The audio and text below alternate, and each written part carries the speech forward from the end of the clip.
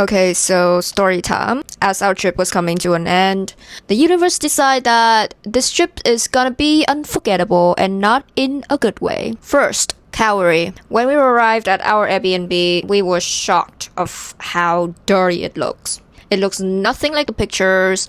The furniture was broken, the bed sheets was unwashed, and I saw some stains that looked very much like human semen. Ew, I know. Even if we do want to wash the bed sheets, the washing machine was like not usable. And we don't even have Wi-Fi, by the way. I spent hours calling back and forth with the host and then the Airbnb contact support. I'm pretty sure it was 4 hours until we get the final decisions of how we're gonna be moving on. With this situation, I did secure a refund. At that point, my voice was gone. I was so tired. And it wasn't like the only thing that happened that day. So we rented a car to go to Banff, right? And before we return the car, we do have to fill up the gas tank. When we were topping up the tank, this random lady just walked up to my dad and demanding for the what does it call, gas nozzle. And my dad didn't really understand English, so he was confused, but he just gave it to her. And then she started to topping up her car with our gas nozzle, and we were paying for it. We were like literally, because it was our card on it. So when I found out about what she was doing, I was just like, hey, stop. It was only like $10, but thank God we get what she's trying to do immediately. And why would you do that?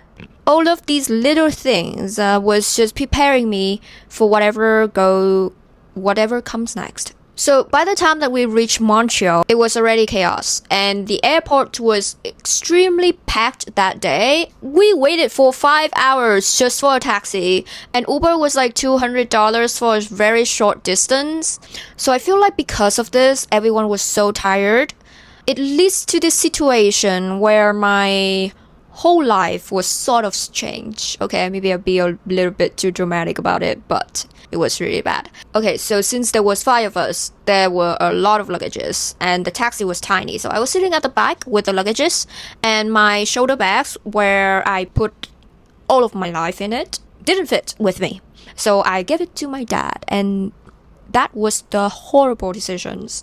I should have given it to my mom because she's so much more careful with stuff. So when we arrived at the Airbnb and unloading everything, for some reason my dad just put my bag on the stone ledge behind him, and he forgot it. Yep.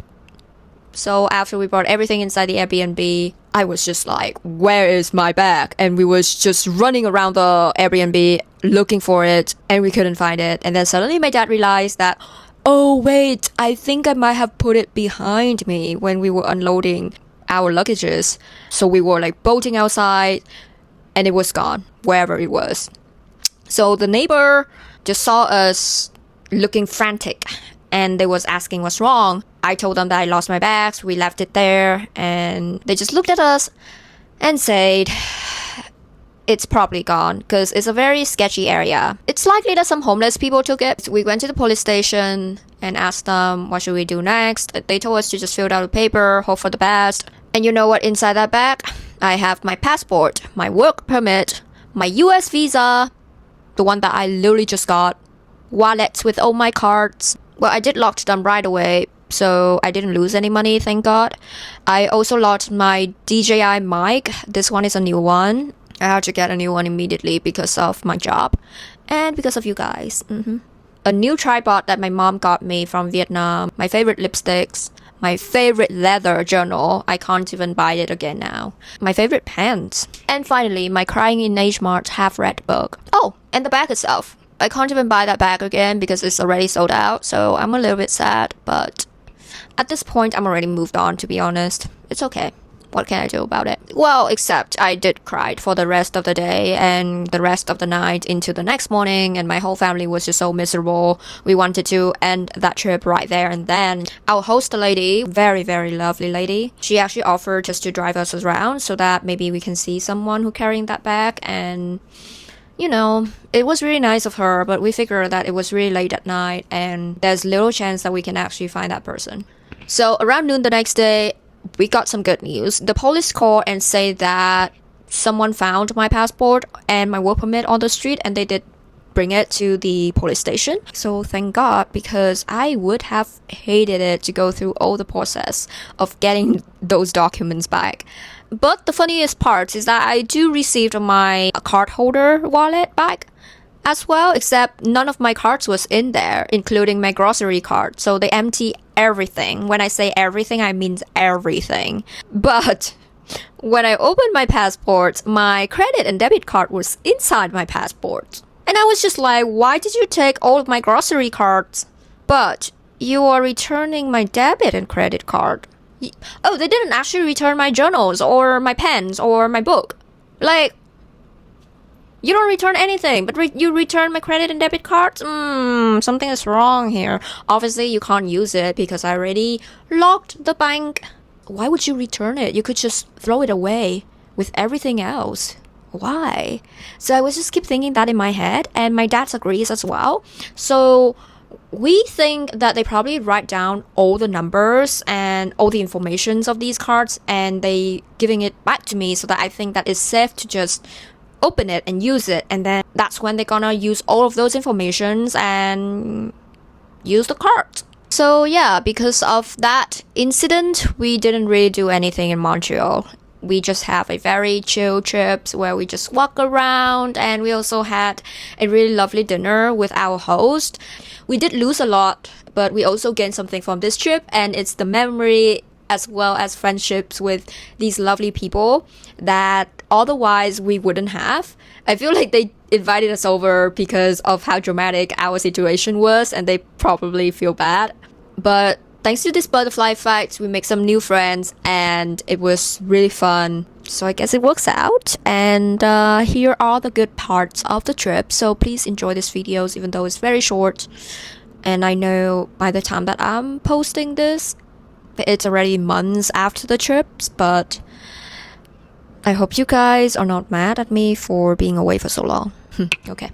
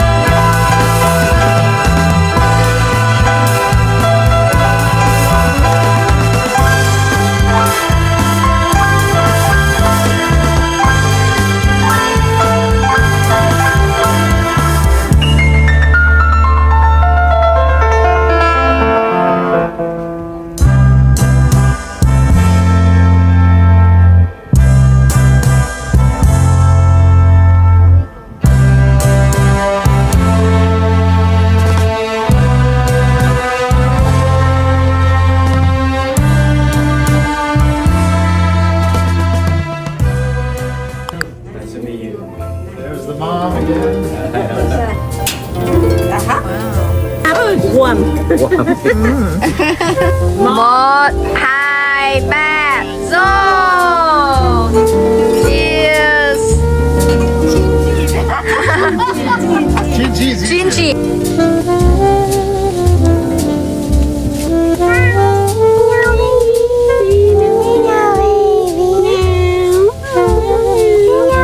Để ông chia sẻ.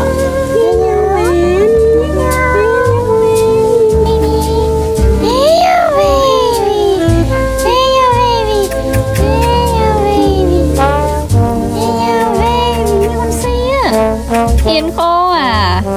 Hey, baby. Hey, baby.